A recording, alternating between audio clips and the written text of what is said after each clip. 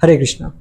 अक्सर देखा है कि आप एक चीज़ को करते तो रहते हैं पर फिर भी उस चीज़ से आपको सेटिस्फेक्शन नहीं मिलता। मतलब कि आप रील्स देख रहे हैं, आप सोशल मीडिया पे आप इंस्टाग्राम रील्स शॉर्ट्स गेम्स खेल रहे हैं, फिर भी आप इतना खेलते रहते हैं, 2-3 घंटा 4-5-6 घंटा 10-10 घंटा भी आप खेलते हैं, रील्स देखते हैं, फिर भी आपको कभी मन शांत नहीं होता। ऐसा क्यों होता है? ये चीज़ है राहु। राहु एक इल्यूजन क्रिएट करता है। राहु ट्रैप है एक। मतलब कि ऐसी चीज के अंदर मजा दिलवाना जो चीजें एग्जिस्ट ही नहीं करती, और फिर आपकी अंतरात्मा को तो अच्छा नहीं लगता पर आपको ऊपर ऊपर से लगता है कि आपको मजा आ रहा है, बट एक्चुअली आपको नहीं मजा आता। राहु एक ट्रैप है जो आपके फोन के थ्रू, आपके गेम्स के थ्रू क्रिएट करता है।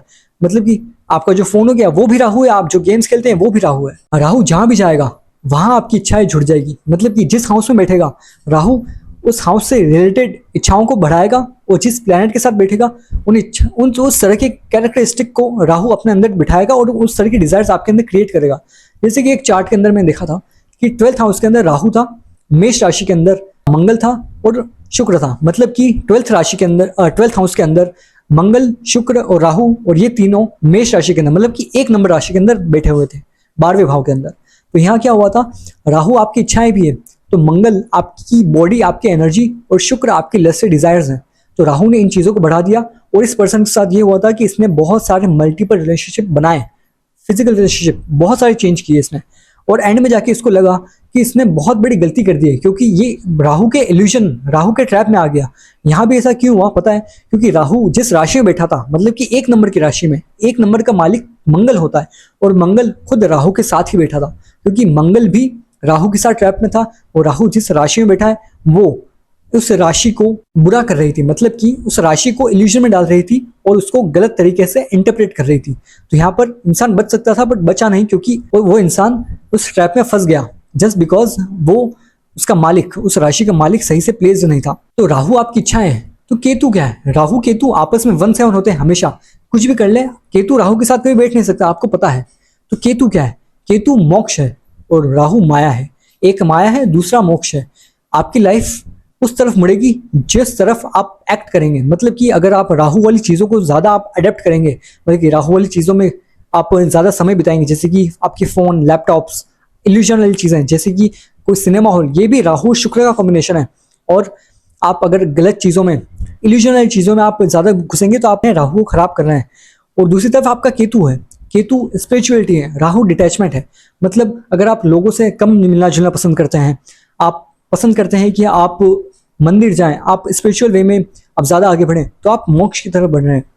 और ऐसे लोगों को माया वाली चीज़ें पसंद नहीं आती। अगर आपकी कुंडली के अंदर राहु अगर बहुत ज़्यादा अच्छा हो, मतलब कि पॉजिटिव हो, तो ये राहु आपको बहुत ज़्यादा अच्छा नेम और फेम दे सकता है। पर वहीं अगर राहु खराब हो जाए, मतलब कि राहु गंदी राशि में बैठा हो, या फिर कोई गंदा प्लेनेट, मतलब कि मेलेफिक प्लेनेट आपके राहु को एस्पेक्ट कर रहा हो, तो यहाँ पर देखा गया है कि राहु आपको जेल तक करवा सकता है। मतलब कि 12th हाउस के अंदर चांसेस होते हैं, बाकी चीज़ों को भी देखना जरूरी है, पर राहु 12th हाउस के अंदर बहुत से केसेस में जेल भी करवा देता है जब उसका गोचर उस 12th हाउस के अंदर जाता है राहु का। वहीं दूसरी तरफ केतु अगर होगा तो केतु आपको डिटैच करेगा बाकी चीज़ों से, मटेरियल चीज़ों से।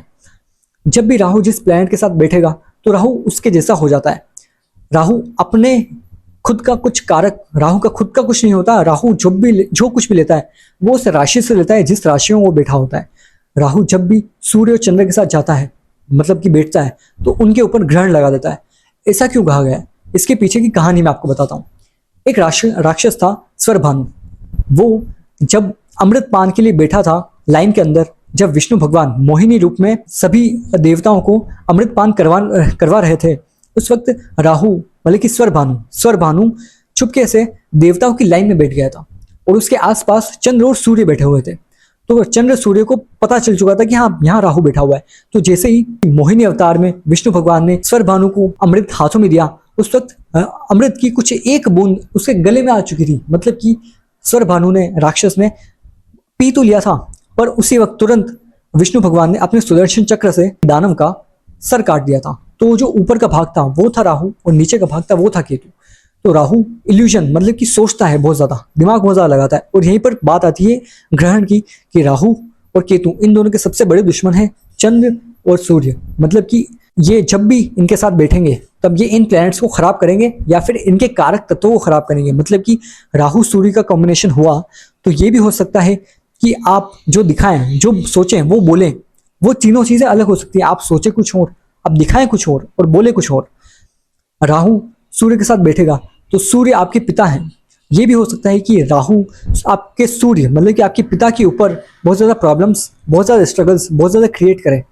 मतलब आप, ये भी हो सकता है कि आपके फादर बहुत ज़्यादा कंफ्यूजन में रहे, आपके फादर कोई गलत चीज़ में परेशान हो, आपके फादर की बहुत ज़्यादा मटेरियल इच्छाएं हो, क्योंकि राहु आपकी इच्छाएं हैं। राहु चंद्र के साथ जब भी बैठेगा तब भी आपके इमोशंस को बहुत ज़्यादा बढ़ा देगा।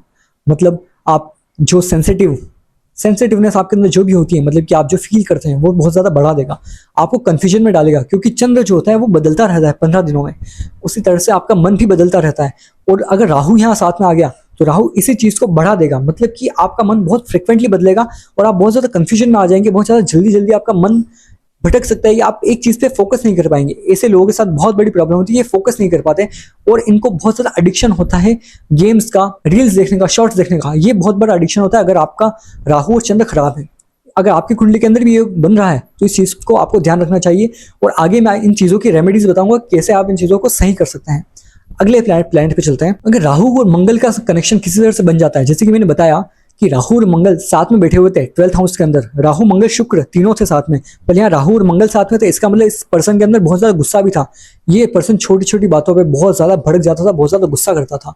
और राहु शुक्र साथ थे तो यहाँ क्या होता था कि उस इंसान के अंदर बहुत ज्यादा लस्टी डिजायर्स थी। साथ ही साथ इस इंसान के पास पैसा भी बहुत अच्छा था, क्योंकि राहु शुक्र है, शुक्र पैसा है आपका। तो राहु शुक्र के साथ होने की वजह से आपके लग्जरी, आपके पैसों को बढ़ा सकता है।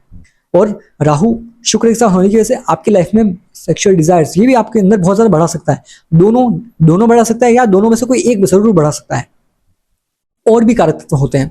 राहु जुपिटर यानी कि गुरु के साथ जब भी आएगा तब इंसान के साथ देखा गया है कि ये इनकी मॉरल वैल्यूज को थोड़ा सा दबा देता है। मतलब कि ये सही और गलत में डिफ्रेंशिएट, भेदभाव नहीं कर पाते हैं। क्यों? क्योंकि गुरु आपका ज्ञान है, गुरु आपका एक्चुअल जीव है, आपका ज्ञान है जो आपको भगवान से मिला है। गुरु आपका मतलब कि आपका नॉलेज है सही और गलत के बीच का, कि हाँ ये सही है ये गलत है।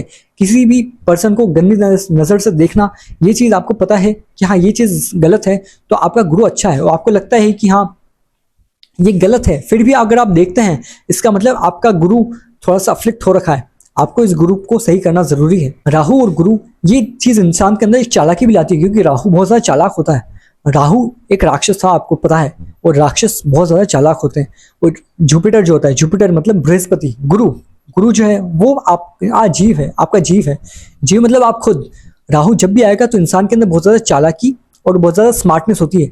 और ये इंसान बहुत ज़्यादा ज्ञानी भी हो सकता है, पर इस ज्ञान को हो सकता है गलत तरीके से इस्तेमाल करे और इस इंसान को पता भी ना चले कि हाँ ये सही से इस्तेमाल कर भी रहा है या नहीं कर रहा। राहु जब भी बुध के साथ आएगा, बुध आपका माइंड है, आपका सबकॉन्शियस माइंड है, और बुध छोटा बच्चा भी है। अब यहीं पर राहु आ गया। राहु तो इल्यूजन है, राहु तो ट्रैप है।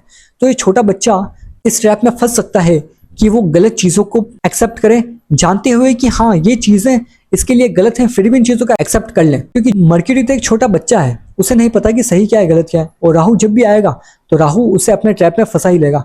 इसलिए ये चीज़ आपको ध्यान रखनी चाहिए। वहीं मर्क्यूरी अगर अच्छे से प्लेस हो, राहु भी अगर कुंडली में पॉजिटिव हो, तो ये आपकी कम्युनिकेशन स्किल्स को बहुत ज़्यादा अच्छा कर सकता है। आपका बात करने का तरीका ये बहुत ज़्यादा अच्छा हो सकता है। आपके अंदर बहुत ज़्यादा प्रैक्टिकल और लॉजिकल दिमाग बहुत ज़्यादा हो सकता है। वहीं अगर मैंने बताया कि राहु को पॉजिटिव करने का तरीका क्या है, अब मैं वो आपको बताता हूँ। राहु को पॉजिटिव करने के तरीके कुछ इस तरह से हैं कि जो राहु है वो माया है, और माया देवी मतलब कि महामाया जो इस दुनिया को रूल करती है, मतलब कि ये महामाया दुर्गा देवी है। अगर आप दुर्गा देवी की वर्शिप करते हैं तो आप इफेक्टिवली राहु को पॉजिटिव कर रहे हैं, राहु को अच्छा कर रहे हैं। आपको इन चीज़ों का ध्यान रखना चाहिए कि दुर्गा देवी की रेस्पेक्ट हमेशा आप बनाए रखें। इन चीज़ों के लिए आप इस चीज़ का ध्यान रखें कि आप किसी भी स्त्री को गलत तरीके से ना देखें, क्योंकि ये सबसे ज़्यादा दुर्गा देवी को अफेक्ट करेगा, क्योंकि यही सबसे बड़ा माया है। सबसे बड़ा इल्यूजन जो कहा गया है वो है स्त्री की माया। मतलब कि जब राक्षसों और देवों अमृत पान के लिए बैठे थे तब विष्णु भगवान ने खुद मोहिनी रूप धारण किया था। मतलब कि उस वक्त भी इन्होंने एक इल्यूजन क्रिएट किया था उन सभी के बीच में। स्त्री रूपी माया ये सबसे बड़ा ट्रैप है एक जीव के लिए। इसलिए आपको सबसे पहले अगर आपको राहु को सही करना है तो आपको स्त्री रूपी माया से दूर रहना चाहिए। आपको इन चीज़ों की रेस्पेक्ट करनी चाहिए, दूर ना नहीं पर रेस्पेक्ट जरूर करनी चाहिए। आपको गलत तरीके से उन चीज़ों को इंटरप्रेट नहीं करना चाहिए। राहु जो होता है वो आपका हार्डवेयर, मतलब कि आपका जो फोन है या फिर आपकी जो जो भी आप कंप्यूटर होता है, कंप्यूटर के अंदर का जो होता है वो सॉफ्टवेयर होता है और राहु जो होता है हार्डवेयर होता है। तो आपको जो भी खराब चीज़ें हैं उन खराब चीज़ों को आपके घर में नहीं रखना है। पुराने headphones, earphones, phones, chargers, cables, जो भी चीज़ें हैं, पुरानी लाइट्स, क्लॉक्स, घड़ियाँ, ये सारी चीज़ें अगर कुछ भी हैं आपके घर के अंदर, कचरा, तो ये सारी चीज़ें राहु के अंदर आती हैं। अगर राहु की चीज़ें आपके घर के अंदर आप बनाए रखेंगे तो आप इन चीज़ों से आप अपने राहु को खराब कर रहे हैं। अगर आप अपने राहु को सही करना चाहते हैं तो आप सबसे पहले इन चीज़ों को फेंक दीजिए, बिल्कुल फेंक दीजिए, और इन चीज़ों को इकट्ठा बिल्कुल ना कीजिए, क्योंकि जितनी ज़्यादा आप चीज़ों को इकट्ठा करेंगे आप अपने राहु को और ज़्यादा स्ट्रॉन्ग और नेगेटिव बना रहे हैं। मतलब कि नेगेटिव और स्ट्रॉन्ग, और ये आपके लिए बहुत ज़्यादा हार्मफुल हो सकता है। और राहु जिस भी राशि में बैठता है, जिस भी नक्षत्र में बैठता है, राहु उसके अकॉर्डिंग भी एक्ट करता है। इस बारे में हम किसी और वीडियो पे चर्चा करेंगे ज़रूर। पर अभी के लिए अगर आपका कोई भी डाउट हो किसी भी चीज़ से रिलेटेड तो आप कमेंट सेक्शन में कमेंट जरूर कीजिएगा। हम आपको एक एक डाउट सॉल्व करेंगे, और आपको कुछ भी चीज़ आपके बारे में जाननी हो तो आप ज़रूर आइएगा। आपको हर एक चीज़ डिटेल में बारीकी से बताई जाएगी। हरे कृष्णा।